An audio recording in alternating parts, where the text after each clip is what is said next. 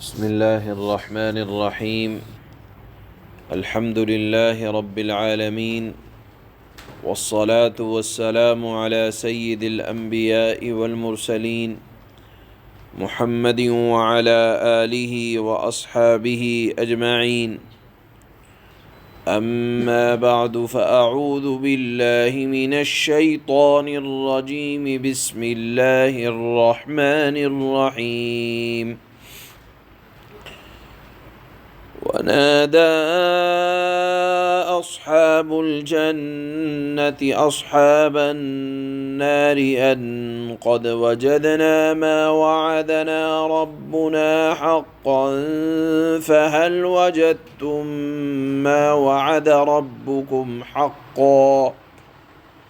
قالوا نعم. فأذن مؤذن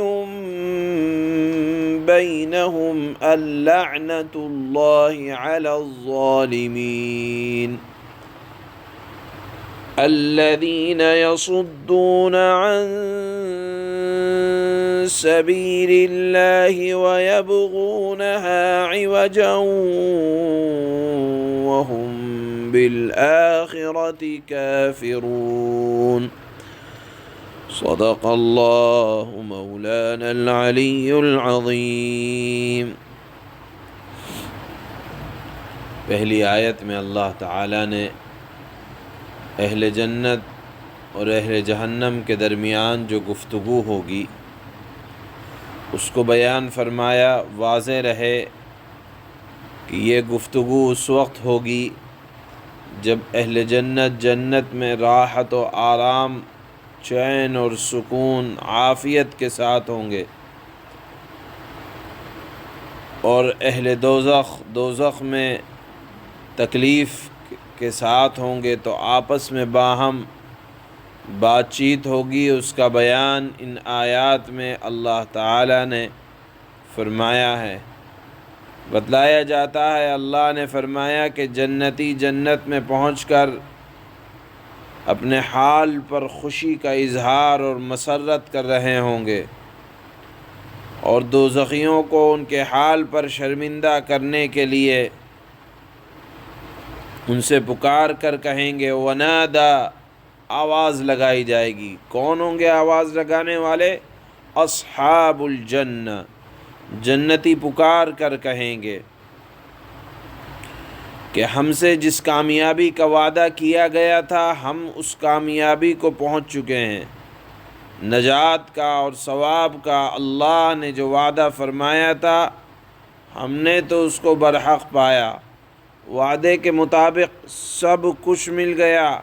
اب تم اپنی بتاؤ کیسی گزری اور کیسی گزر رہی ہے. کیا تم سے جو وعدہ کیا گیا تھا یا تمہارے عذاب پر جو تمہیں وعید سنائی گئی تھی، کیا تم نے بھی اس کو پایا یا نہیں پایا؟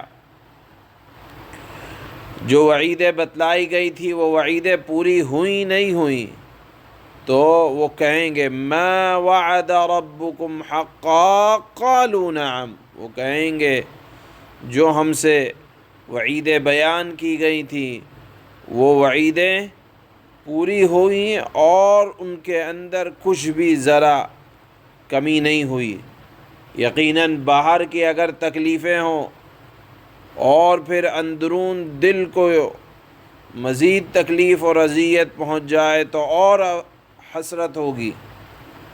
اللہ تعالیٰ نے اسی حسرت کو یہاں بیان فرمایا کہ جسم کو جو تکلیفیں پہنچ رہی ہوں گی وہ الگ، اور اندرون کو بھی، جذبات کو بھی ٹھیس پہنچائی جا رہی ہوگی، جس کا تذکرہ یہاں آیت میں آیا ہے. یہ باتیں انسان سوچ کر ان سے بچنے کی کوشش کرنی چاہیے، اور ان کو یقیناً قرآن کے ایک ایک لفظ پر ہمارا ایمان ہے. ان کو معمولی سمجھ کر کہ یہ ہوائی باتیں ہیں یہ سمجھ کر ذرا سے بھی دل میں گنجائش نہیں لانی چاہیے، کیونکہ ہمارا ان مضامین پر ایمان ہے. اللہ تعالیٰ نے یہ بیان ہی اس لیے کیا ہے کہ ایسے مواقع پیش آئیں گے، ایسے مناظر پیش آئیں گے، لہذا آج موقع ہے کہ ان باتوں کو اہمیت دیا جائے، جن مضامین کو اللہ تعالیٰ نے قرآن میں بیان فرمایا ہے۔ پھر اس کے بعد اللہ نے فرمایا کہ یہ گفتگو چل ہی رہی ہوگی، فَأَذَّنَ مُؤَذِّنٌ بَيْنَهُمْ اللعنۃ اللہ علی الظالمین۔ ابھی یہ گفتگو چل ہی رہی ہوگی کہ ایک فرشتہ ان دونوں کے درمیان بیچ میں کھڑا ہو کر آواز لگائے گا، ظالموں پر اللہ کی ابدی لعنت واقع ہو۔ جو دنیا میں سچی باتوں سے، سچائیوں سے، ایمان سے، یقین سے دور بھاگتے تھے اور اللہ کے راستے پر چلنے سے لوگوں کو روکتے تھے اور چاہتے تھے کہ شریعت کے اندر کمی نکالیں، کہ خود بھی شریعت سے دور رہیں اور لوگوں کو بھی دور رکھیں، اللہ فرمائیں گے اللعنۃ اللہ علی الظالمین، اللہ کی لعنت ہو ایسے ظالموں پر جو لوگوں کو دین سے روکنے کا سبب بنتے تھے، یصدون عن سبیل اللہ، دین کے اندر کمیاں نکالا کرتے تھے، مشکل بنا کے پیش کرتے تھے، وَيَبْغُونَهَا عِوَجًا، اور اس کے اندر کجی، کمی، کوتاہی کو نکالنے کی کوشش کیا کرتے تھے۔ ایسے لوگوں پر اللہ کی لعنت ہو، یہ آواز لگائی جائے گی۔ یہاں ایک مضمون ذہن میں آتا ہے کہ جنت اتنی بڑی کہ ہزاروں کروڑوں سال کے لوگ اس کے اندر سما جائیں، اسی طرح جہنم اتنی بڑی کہ ہزاروں کروڑوں سال کے لوگ جو نافرمان ہوں گے اس کے اندر سما جائیں گے۔ پھر یہ جنتی اور جہنمیوں کے درمیان گفتگو کس طرح سے ہوگی؟ دیکھیے، اس کے بارے میں اللہ کے نبی صلی اللہ علیہ وسلم نے جنت کی چیزیں جو اللہ تعالیٰ نے بطور مثال کے قرآن میں یا حدیث میں بیان فرمایا گیا ہے، تو اس کی کیفیت کے بارے میں سمجھ لینا چاہیے۔ ما لا عین رأت ولا اذن سمعت وما خطر على قلب بشر، جنت کی نعمتیں ایسی ہیں کہ نہ تو کسی آنکھ نے دیکھا، نہ کسی کان نے سنا، نہ اس کے خیالات ہمارے وہم و گمان میں آ سکتے ہیں۔ یہی جہنم کی آزمائشوں یا وہاں کی تکلیفوں کے بارے میں ہے، اللہ تعالیٰ نے بطور مثال کے سمجھا دیا۔ جیسے فرمایا حدیث میں کہ وہاں شہد کی نہر ہے یا دودھ کی نہر ہے، یا وہاں کی نعمتیں ایسی ہوں گی، وہاں کا پھل ایسا ہوگا۔ تو جیسا اللہ تعالیٰ نے بنایا ہے اس کا تصور ہمارے وہم و خیال سے دور کی بات ہے۔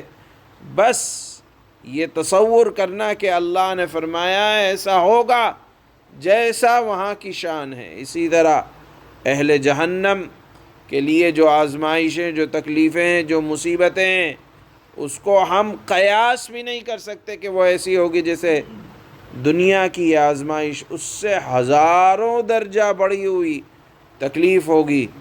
یہی تصور ہے اس بارے میں بھی کہ کیسے اہل جنت بات فرمائیں گے، جیسا اللہ اختیار دیں گے ویسی بات ہوگی، جیسا جہنمیوں کو اپنی تکلیف کا بیان کا اللہ تعالیٰ اختیار دیں گے وہ اس طرح سے اس کا اظہار کریں گے۔ اس کے بارے میں یہی کہا جا سکتا ہے کہ اللہ تعالیٰ نے بطور مثال کے اور تشبیہ کے ایک بات یہاں بیان فرمائی، اور یہ کام اللہ کے لیے کوئی مشکل نہیں ہے۔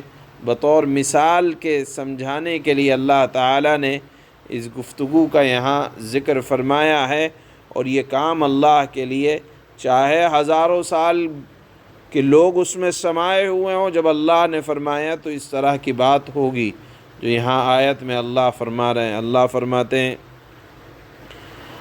اسی لیے علماء نے کہا ہے کہ جنت کے لذائذ، لذتیں اور دوزخ کی تکلیف کا انسان اپنی حالات سے تجربہ اور مشاہدہ اور یہ تمام چیزیں سوچنے اور سمجھنے سے قاصر ہیں، کیونکہ انسان کی عقل محدود ہے۔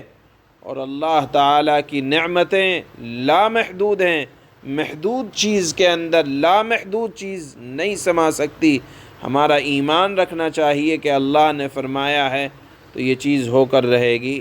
اللہ فرماتے ہیں وَنَادَى أَصْحَابُ الْجَنَّةِ أَصْحَابَ النَّارِ أَنْ قَدْ وَجَدْنَا مَا وَعَدَنَا رَبُّنَا حَقًّا فَهَلْ وَجَدْتُم مَّا وَعَدَ رَبُّكُمْ حَقًّا قَالُوا نَعَمْ فَأَذَّنَ مُؤَذِّنٌ بَيْنَهُمْ اللعنۃ اللہ علی الظالمین۔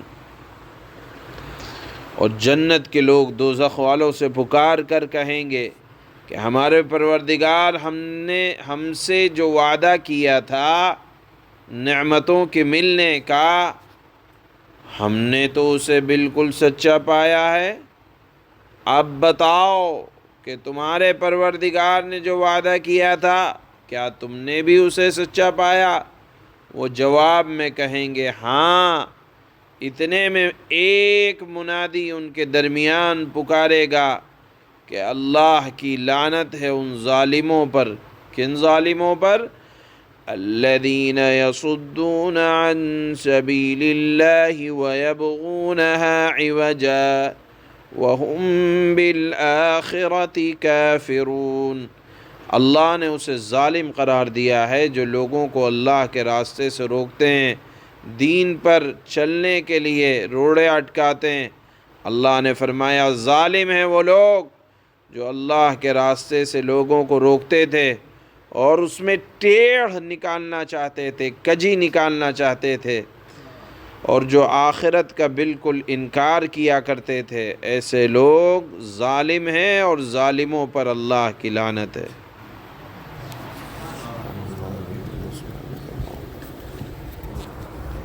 اللہ